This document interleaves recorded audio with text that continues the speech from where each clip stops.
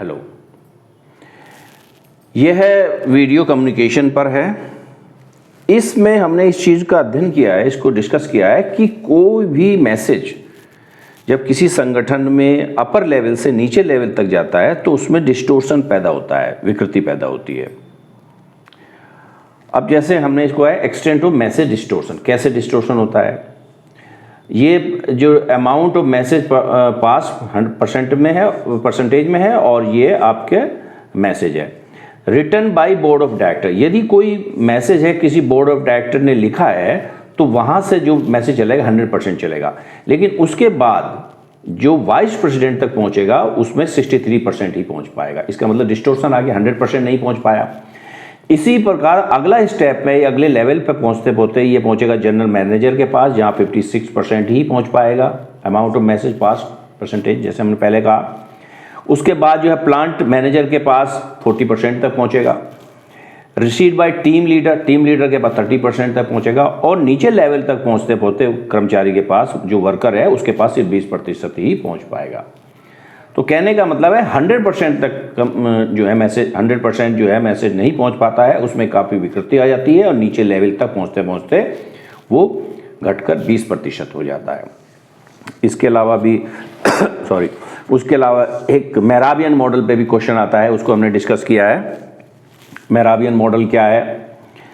देखिए, ये 100% कम्युनिकेशन है, 38%, 55%, 7%। मेहराबियन साहब का ये मानना था कि जो भी संप्रेषण है, कम्युनिकेशन है, उसमें अवाचिक संप्रेषण का, नॉन वर्बल कम्युनिकेशन का डोमिनेंस होता है, और उन्होंने कहा कि 93% होता है।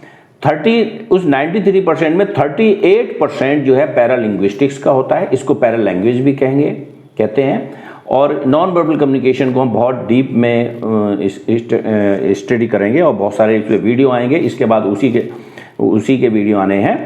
तो पैरालैंग्वेज का मतलब या पैरालिंग्विस्टिक का मतलब है कोई चीज़ किस ढंग से कही जाए, जैसे किस रिदम में कही जाए, और आपके पिच क्या है, टोन क्या है, उससे मीनिंग बदलता है, और ये अवाचिक संप्रेषण होता है। पैरालिंग्विस्टिक या paralanguage is an example of non verbal communication.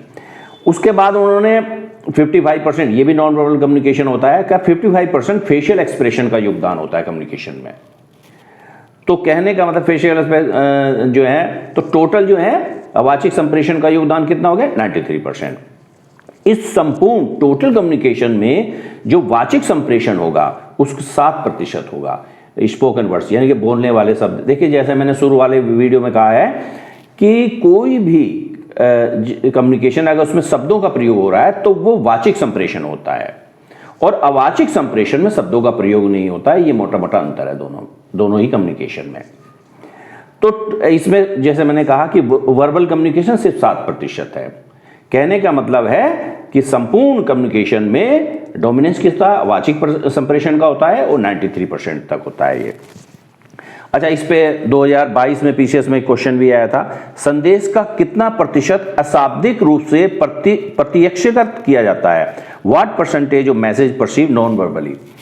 50%, 55%, 30%, 40%। ये सीसेट का पेपर है 2022 का। तो उसमें मैंने कहा कि कितना परसीव कर सकते, कितना आप प्रत्यक्ष रूप से देख सकते हैं, 55%। हालांकि अगर वो क्वेश्चन ये कहते हैं कितना अवाचिक संप्रेषण होता है तो 93% होता है, लेकिन पैरालैंग्विस्टिक्स को या पैरालैंग्वेज को हम सेंस कर सकते हैं, देख नहीं सकते, मतलब परसेप्शन नहीं है, परसीव नहीं कर सकते। इस चेहरे पे आने वाले भाव को हम देख सकते हैं, कहने का ढंग है, उस पिच क्या है, रेट किस ढंग से कह रहा, लय में कह रहा नहीं है, टोन कैसी है, ये चीज हम महसूस कर सकते हैं। तो ये 38% हटेगा, इसमें टोटल जो है 55% के पे ही टिक लगेगा। अगर वो अवाचिक संप्रेषण होता 93% पे टिक लग जाता, जो कि ऑप्शन में नहीं है। तो लेकिन क्वेश्चन वो पूछ रहा है परसीव कितना होता है, तो 55% ही इसका आंसर है। ओके।